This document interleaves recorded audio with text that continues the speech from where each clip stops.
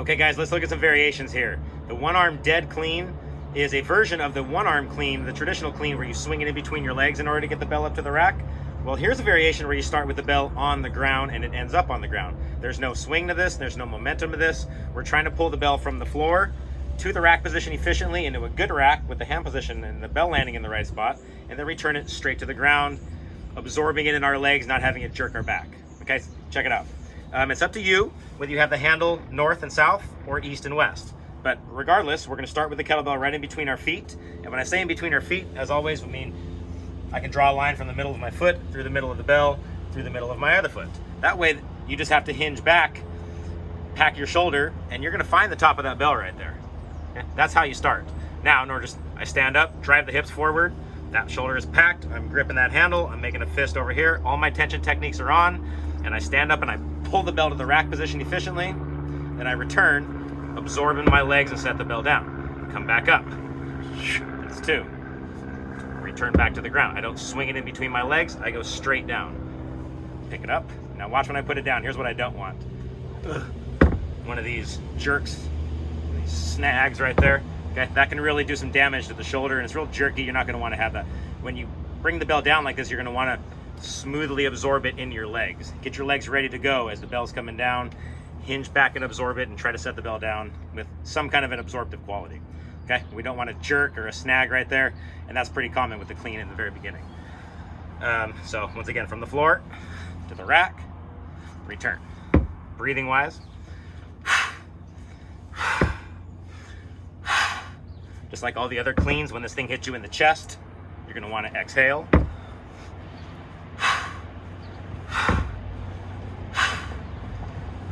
Okay, notice how when I set that thing down, I absorb it in my legs. I don't let it just jerk me around. I'm the boss, I'm in control. Set the bell down softly, right where you want it, with no swing, no backswing to it. It's a straight down, straight up type exercise. Pretty simple exercise. You're gonna see it a lot in the strength classes, typically programmed at 5 reps. So one arm dead clean from the side. Okay, packing that shoulder down, stand up, pull it to the rack, come down. Stand up, pull it to the rack, come back down. Okay, no momentum, no swing. That's the one arm dead clean. Okay, so now let's take a look at the double dead clean. Same exact thing, same exact situation, but now we have 2 bells. The technique's the same, the tension's the same, but when the bells come to the rack, you gotta deal with 2 now. So we gotta watch bashing of the fingers together, and we gotta get them in an efficient rack position.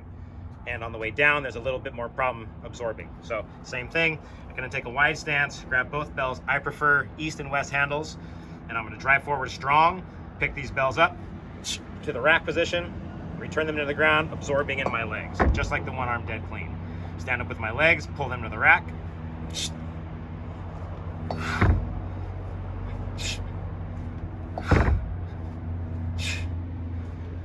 Notice I'm not sport racking the bells and I'm not crossing the handles on top. For this lift, I prefer to stay in a solid rack.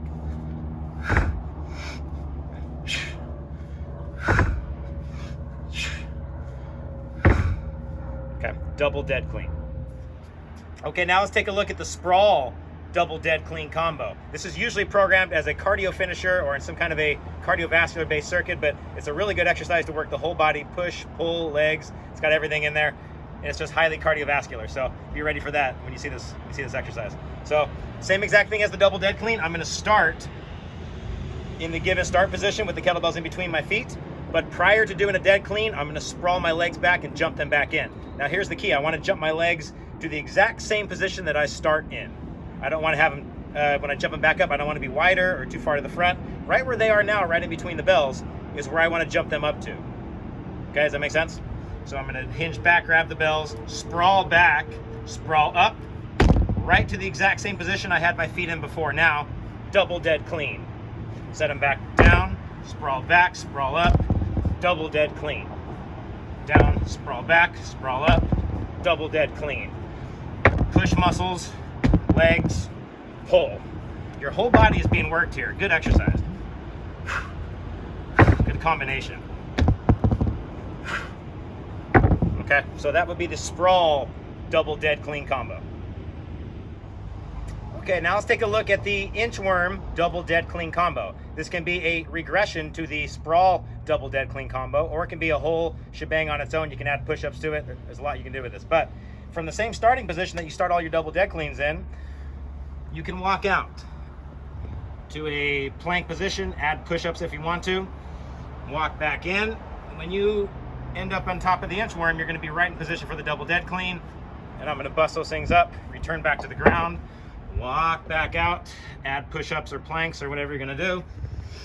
Come back, double dead clean. Inchworm, double dead clean.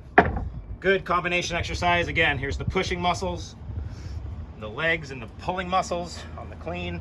So that works the whole body too. It can be a regression for the Sprawl combo, or that's pretty good just by itself right there. That's the Inchworm double dead clean combo.